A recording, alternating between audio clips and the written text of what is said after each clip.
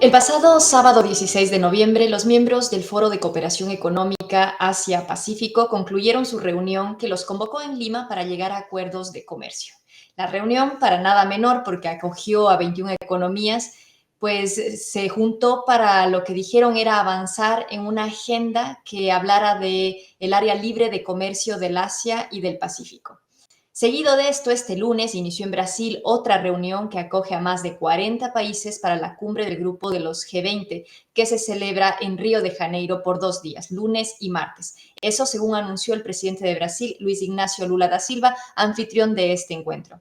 Es importante, amigas y amigos, que estemos en sintonía de lo que ocurre en estas reuniones, pues todo ello ocurre también en un marco en el que se han hecho anuncios que podrían provocar una escala armamentística y escalar en el belicismo del contexto geopolítico. Pero para hablar de ello con detalles y entenderlo de manera adecuada, tenemos aquí, como es costumbre en Hoy en Toronto, a Jorge García Orgales, quien es analista político y siempre nos aporta con su análisis del contexto local. Esta entrevista está siendo grabada el día lunes por asuntos de agenda, pero seguramente es de un gran aporte para todos. Jorge, bienvenido. Muchísimas gracias, Daniela. Muy buenos días a toda la audiencia de Voces Latinas, Radio de la Comunidad. Como tú dices, Daniela, el G20 está sucediendo en este momento y la verdad que no sabemos exactamente cómo va a terminar, por eso comentaremos hasta lo que sabemos ahora y luego el día de mañana quedará en tus manos completar la noticia. Lo que sí sabemos es que se lanzó oficialmente la Alianza Global contra el Hambre y la Pobreza, una iniciativa del presidente de Brasil, Lula da Silva, que tiene en este momento ya 81 países que la conforman, más 27 instituciones internacionales. Esto es muy importante porque entre estas instituciones están el Banco Mundial y el Fondo Monetario Internacional. Avanzando en esto y como en las películas que primero te muestran lo que pasa ahora y después vuelve para atrás, es muy importante que el Fondo Monetario Internacional y el Banco Mundial estén en esta alianza porque la propuesta de Lula es que estas entidades internacionales monetarias se dediquen e inviertan su dinero para desarrollo sostenible y lucha contra la pobreza, no para los préstamos actuales como hace cuando un país está en deuda, que solamente se use o que se use principalmente para que si hay que pagar la deuda sea a favor de los menos poderosos, que se use el dinero para desarrollar cooperativas, para desarrollar industria y no para pagarle a los bancos. Sabemos que esta propuesta está totalmente en las antípodas de lo que piensa Trump y Milei.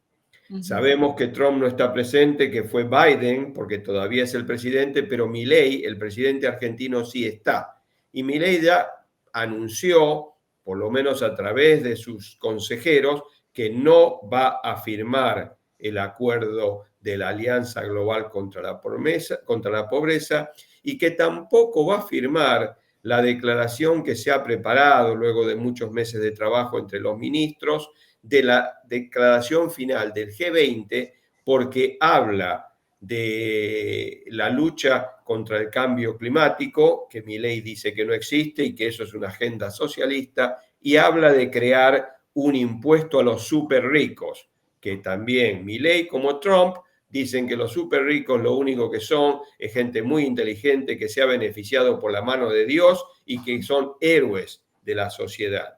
Por lo Cosas que tanto, nos sorprenden, Jorge. No sorprende perdón. para nada la postura de Milei, no sorprende, pero ni un poco. Lastimoso. Exactamente. Entonces, mañana contarás exactamente cómo termina esta cosa, porque la reunión está pasando en este momento. Puede ser que, dada la presión internacional, Milei decida firmar o firmar parcialmente o algo por el estilo. Lo que sí sabemos, y esto es importante y relacionado también a la reunión del Foro del Pacífico de la APEC, es que el ganador y la estrella de las reuniones del fin de semana en Lima y de este momento en Río de Janeiro es el presidente chino Xi Jinping. Tú lo has dicho, la PEC, y eso es muy interesante y muy importante, son 21 economías, no países lo que se juntan. Y se llaman economías porque están Hong Kong y Taiwán, que China reclama como territorios propios. Entonces no se pueden presentar como países Taiwán y Hong Kong, se presentan como economía.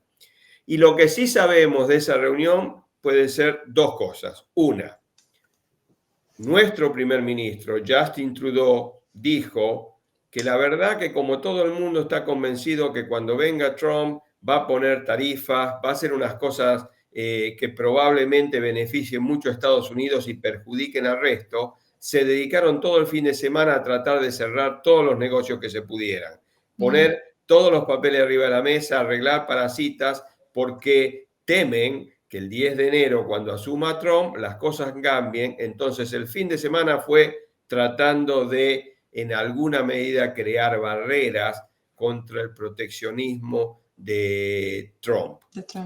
Y segundo, también en lo importante y probablemente lo más importante de la reunión del fin de semana en Lima, no ocurrió en la reunión, ocurrió afuera cuando el presidente chino Xi Jinping y la presidenta dudosa Diana Boluarte de Perú inauguraron el puerto de Chancay.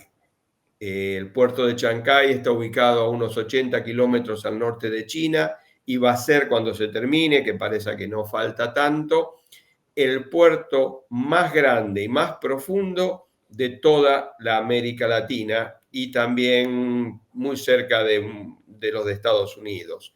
El puerto tendría lugar para recibir hasta 10 buques juntos de los ultramodernos, re grandes, que gastan menos energía y que pueden traer mucho más contenido que los barcos normales. Se calcula, se piensa que en el puerto de Chancay va a llegar entre 1 millón y 1,5 millones de contenedores al año, una cantidad inmensa. Y el puerto de Chancay ahorraría entre 15 y 20 días de viaje de los puertos de Chile, de México, de Estados Unidos, que son los que se usan en este momento para llegar a Asia. Lo cual quiere decir que sería un ahorro de tiempo, un ahorro de energía y por lo tanto un ahorro de costos. Entonces sabemos que ese puesto se va a usar porque se ahorra, pero además porque el 60% del puerto es propiedad de COSCO Shipping. COSCO Shipping no tiene nada que ver con el Costco que te vende la gasolina barata aquí en Toronto. COSCO Shipping es una empresa china y es la empresa más grande de transporte de materiales en el mundo. Y además son dueños del 60% del puerto. Es más barato. Ellos son dueños. No hace falta pensar mucho para saber dónde van a ir los barcos de COSCO Shipping. Esto, como dije antes, lesiona profundamente a los puertos de Chile, de México y de Estados Unidos, pero abre una oportunidad muy grande para mayor transporte de materiales a países como Colombia, como Brasil, como Ecuador, que están relativamente cerca de Perú. El Pacífico se ha convertido en el océano más importante para transporte de mercaderías. Por 500 años fue el Atlántico. Las mercaderías iban ida y vuelta entre América y Europa. Bueno, ahora ya no es más así. Desde hace un rato, la mayor movimiento de mercaderías es entre Asia y América. Principalmente China, pero está India, está varios países grandes, Bangladesh, Pakistán, que envían muchos productos y compran. Entonces, con frecuencia hemos hablado en este programa que el mundo económico está cambiando. Y este es otro detalle. El Atlántico, a lo mejor para vacaciones, para ir a Europa, a la gente que le gustan los cruces, pero económicamente no es el principal océano que ha sido en los últimos 500 años. Jorge, destaca esto entonces como uno de los hechos más relevantes que ocurrieron en esta reunión, como bien usted dice, no dentro de la reunión, más bien fuera de la reunión, pero como uno de los hechos, porque entiendo esto también pone en la jugada una economía distinta a la que normalmente predomina en Latinoamérica. No, si te estás refiriendo a China, Ujú. en este momento creo que podemos decir que si no predomina, está muy cerca de predominar la economía china. En todos los países de América Latina, China tiene muchas inversiones. Y no solo inversiones que se puede decir industriales, que es algo que ha hecho Estados Unidos, sino inversiones de infraestructura. Por Ujú. ejemplo, Perú, toda la energía de Perú la generan empresas chinas. El metro de Bogotá lo han construido los chinos.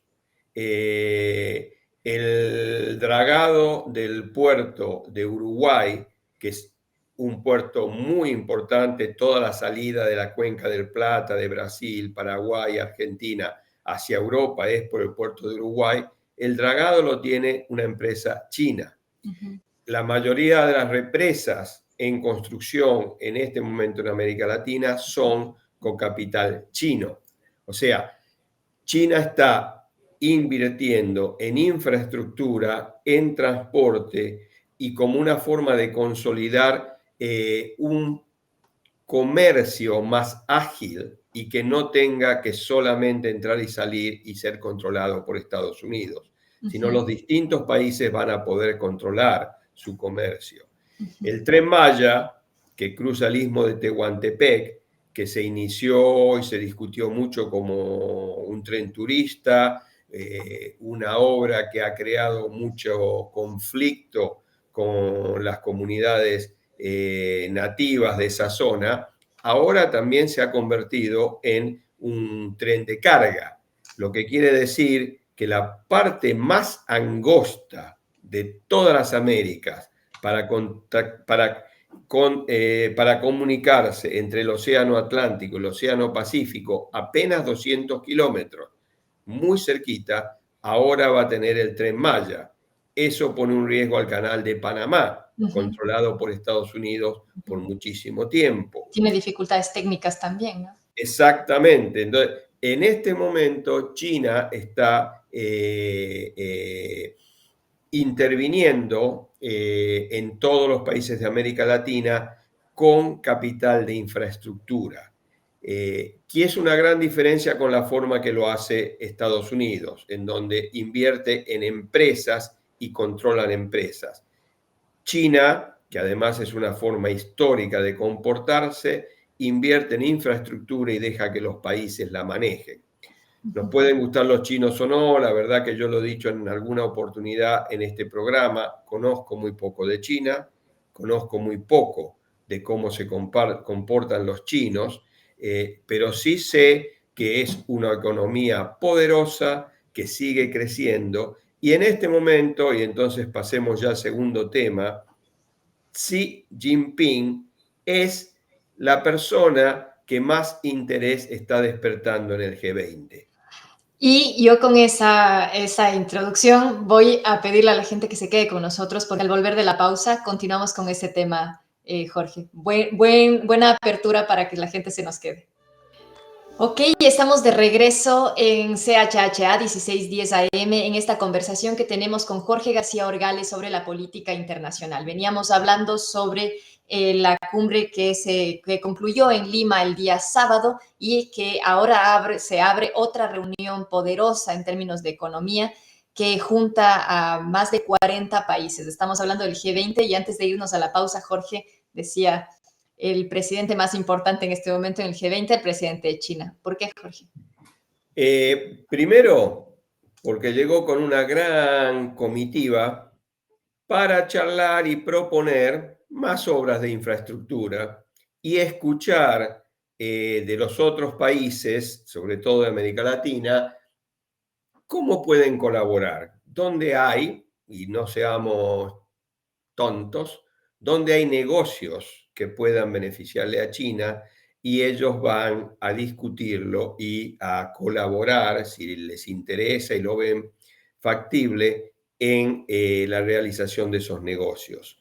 El segundo tema por el cual Xi Jinping es importante y para mí por lo menos una sorpresa, hablamos al inicio del programa de la Alianza Global contra la Pobreza y el Hambre, contra el hambre y la pobreza, que se anunció, y con el pedido de Lula en esa alianza de que el Fondo Monetario, que el Banco Mundial y las otras instituciones económicas internacionales se dediquen con sus capitales a la lucha contra el hambre y la pobreza.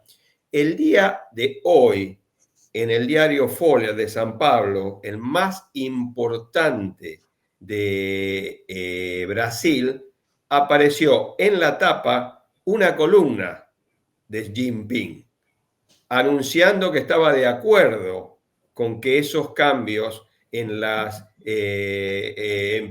instituciones económicas multinacionales se realicen, que es mejor uso del dinero luchar contra la pobreza y el hambre que pagarle a los bancos. Entonces, como que Lula entra en esta propuesta con el apoyo de una de las dos economías más importantes del mundo. Trump no sabemos qué piensa, probablemente no esté de acuerdo con esto, pero por lo pronto Xi Jinping arrastra a un número muy grande de países en el apoyo a esta alianza y en el cambio de funciones de las instituciones económicas multinacionales.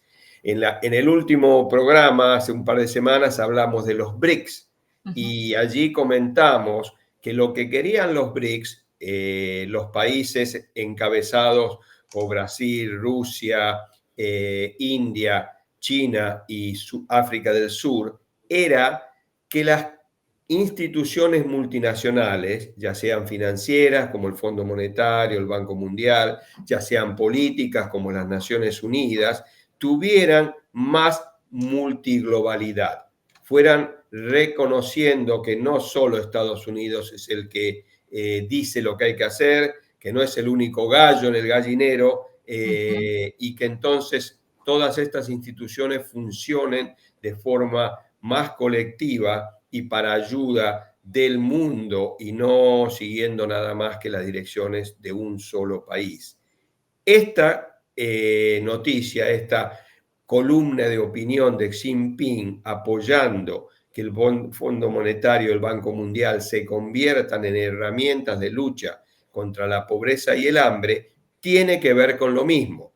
Tiene que ver con este pedido, con este debate, alguna gente podría decir con esta lucha para que las instituciones internacionales reconozcan que en este momento se vive en un mundo multipolar y no solamente un mundo en donde un país muy grande todavía, muy poderoso todavía, pero que viene perdiendo mucho de ese poder, sea el que decide lo que tiene que pasar.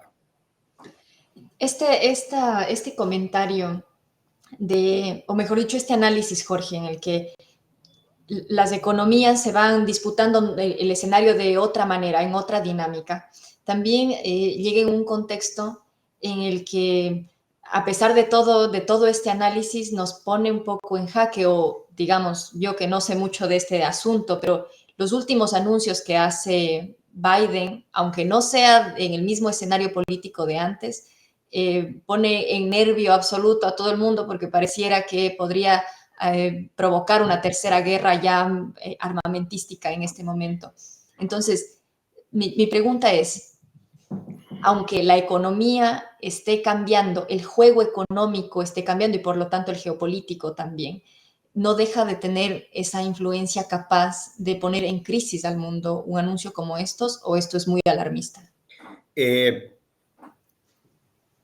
Yo creo, y tenemos que decirlo, así como Xi Jinping es el gran ganador de las reuniones del fin de semana y de este momento en Brasil, Biden es el gran perdedor. Todo el mundo lo saluda, se da la foto con la manito, pero todo el mundo sabe que Biden no tiene ningún poder, que Trump no lo va a considerar a Biden de ninguna manera y que por el contrario muchas de las cosas que hizo Biden, Trump las va a cambiar. Así que como que Biden estuvo en todas estas reuniones, es importante que esté porque representa a Estados Unidos, pero no tuvo ninguna fuerza. De adorno. Entonces vamos a lo que tú dices. Se ha leído, se ha escuchado que Biden autorizó a Ucrania a utilizar misiles estadounidenses para atacar en la zona profunda de Rusia, para llegar a más de 300 kilómetros dentro de Rusia con esos misiles. Se ha hablado, se ha escuchado. El ministro de Relaciones Exteriores de Rusia dijo esta mañana que ellos lo habían escuchado, pero no hay ningún tipo de comunicado oficial de que esto haya sido autorizado.